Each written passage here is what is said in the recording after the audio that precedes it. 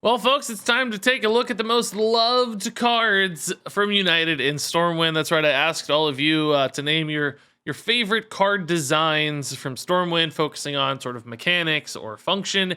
And in this video, I've got the 10 most commonly named cards. We also did the most hated card designs. If you missed that video, check out the channel for that one. And we're going to kick it off here with Elwyn Boar at the number 10 spot.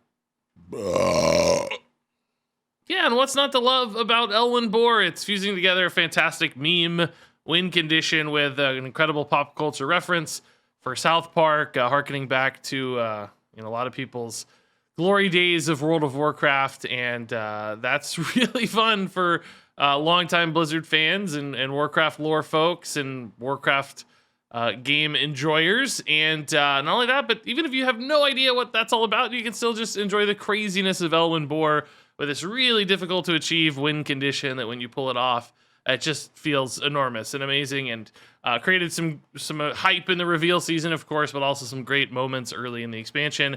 And I have a feeling we're going to be coming back to this one expansion after expansion with new, different ways to potentially make it work a little bit better. So 100% agree that this guy is one of the better designs, kind of across the board, across every gamut of design, but I thought he'd be higher. I'm kind of surprised he's only number 10, and especially surprised that he got beat by our number 9 card. This is the number 9 card, the Demon Seed.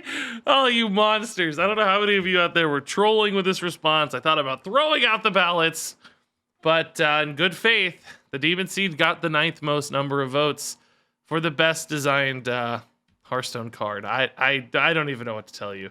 Now, listen, I do have a feeling if this card weren't good and weren't, completely meta warping, there would be people out there who's saying it's a pretty cool design, because like before the expansion, I was like, oh man, the Demon Seed's so fun, like turning your fatigue damage into, lethal, like that's a way awesome reward for Warlock drawing a ton of cards.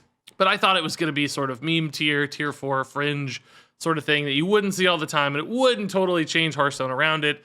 All in all, I think the impact of this card and the significance of that impact is just too big to ignore. So I can't in good conscience say that the Demon Seed has been a great card design, although maybe there are some of you out there, you're probably just trolls, though, who made me want to put this in the video, so well played indeed.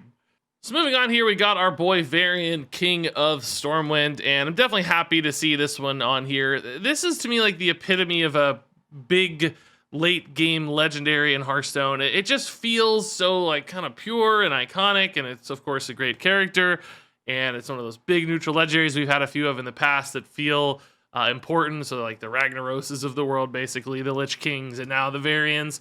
And I like the way this fuses, board relevance, because it's got rush, it can take trades, it's got taunt, of course, potentially to slow down your opponent. So it's not like a dead card on board, but it's also still refilling your hand, generating value. It has this kind of soft deck building restriction as well, but it's not too restrictive.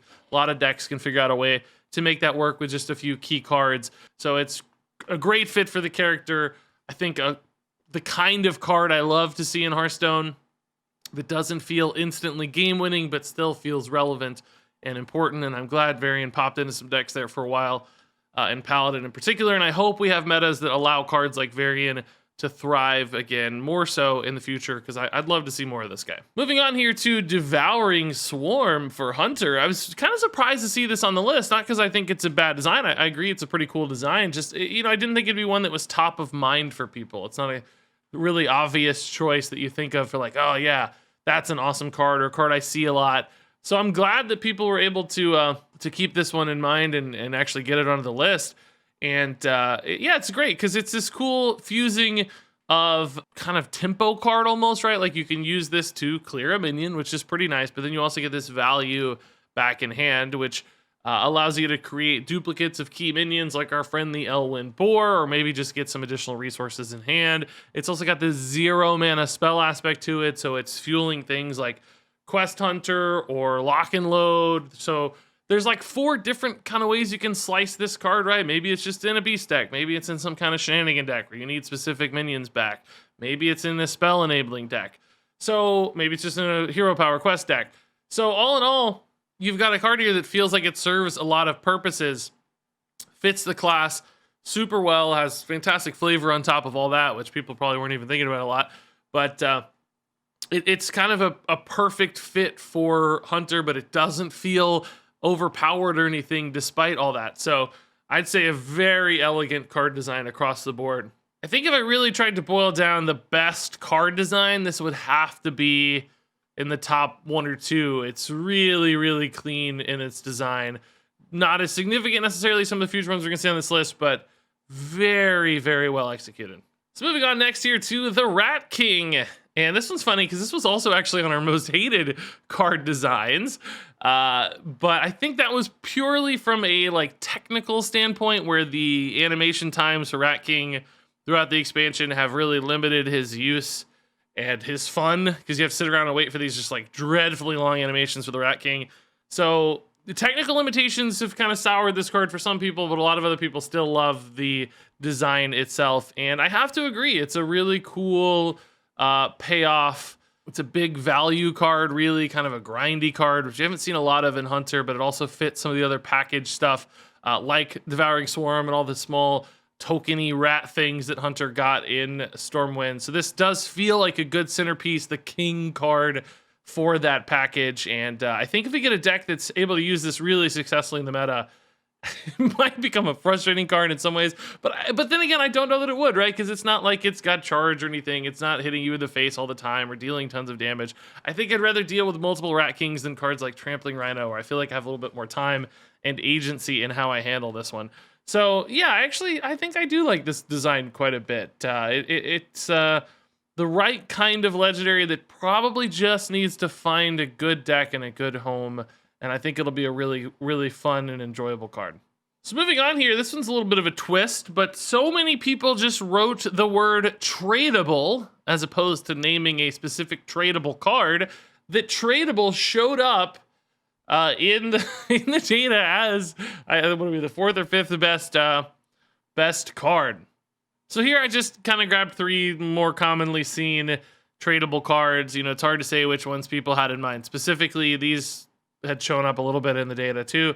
So yeah, I have to agree. Tradable is one of the most successful, I think, new keywords we've seen, like an expansion specific keyword, in a really long time. There's been a lot of teasing that this could become an evergreen keyword in the future. I don't know if that'll happen, but it feels like a really good fit for Hearthstone. So yeah, I suppose I would welcome this as an evergreen keyword with limitations, but I think in particular, it makes tech cards feel really good, like with Rust-Rot Viper. So many times you want to run tech cards in your deck, but it just feels like if they're not in the right matchup, they get stuck in your hand, they're totally wasted. Like, what am I supposed to do with this acidic swamp ooze against mage or whatever? And then you got a card like Rust-Rot Viper, you're much happier to run, because if you're facing a deck with no weapon, just trade it back in and get something else. Put that thing at the bottom of your deck over and over again. You just keep cycling into the things you actually need with a small tax of 1 mana, which certainly feels fair to play. So from a execution standpoint, how it works, from the cost being 1, I think that's really fitting. And the kinds of cards it pops in, like these are 3 great examples of maybe a tech card, some removal that might be matchup dependent, and then Persistent Peddler actually plays on Tradable to kind of fuel itself. All 3 of these are really well executed versions of this keyword. So if we take both the tradable votes and the votes for individual tradable cards, I'm sure Tradable would kind of be number 1 on this list across the the gamut of all the different tradable cards. So clearly a very, very popular and beloved keyword here among the player base. All right, so next up here is Jace Darkweaver, and I'll be honest, I'm sort of surprised this one's on the list, and beyond that, it's so high on the list. There's nothing wrong with Jace. It's not a card that bothers me necessarily, but I don't think the design is particularly new or interesting. It's something we've seen a lot. It's basically that same sort of Shutterwalk style effect that's popped up a handful of different times in Hearthstone so far. Now, this one is specific to Fel spells, which I think is a cool limitation, right? To make sure that there are some design controls in place for a card like this one, kind of unlike Shutterwalk, where it feels like, man, you can do almost any crazy thing.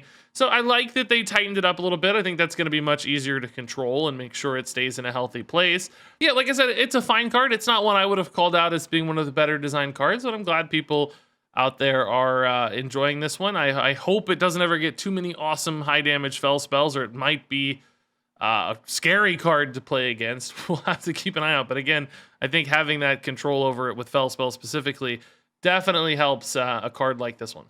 So moving on to the top 3, I think now. This is Dark Bishop Benedictus, and yeah, people love Benedictus. I have to say I kind of agree. I don't know that I loved the Face Priest build that showed up and was really good here until Elucia got nerfed, the kind of aggro Face Priest stuff.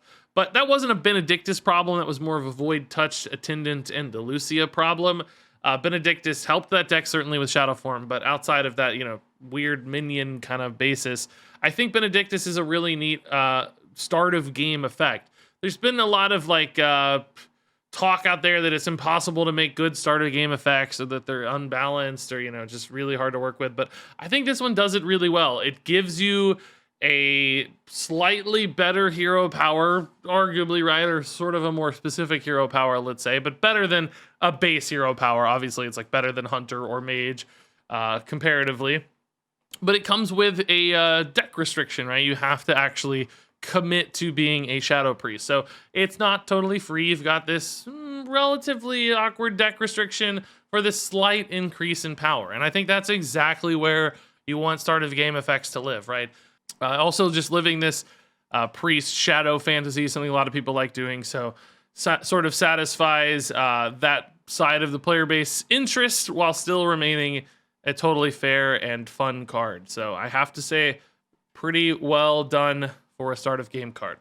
Moving on here, we got Maestra of the Masquerade. It's so cool to see this card on here, because it's not a card you ever actually see in play in Hearthstone, right? It's almost exclusively a meme card, because there's very little actual strategic or gameplay reason to run this one. It gives you very marginal sort of informational advantage, but otherwise doesn't actually do much of anything. There's clearly some burgle shenanigans and a few things you can do with this one, but it's very hard to use that well. So mostly a meme card, but it's just such a fun idea and such a disruptive way to play the game, and such a cool meme that it's living in people's hearts as the second most beloved card of the expansion, despite how little practicality it actually has in Hearthstone. And I think that's amazing. That's what I want to see from the game. And I certainly had some fun moments playing against this one. Oh my god, they're not a rogue. What is this, right?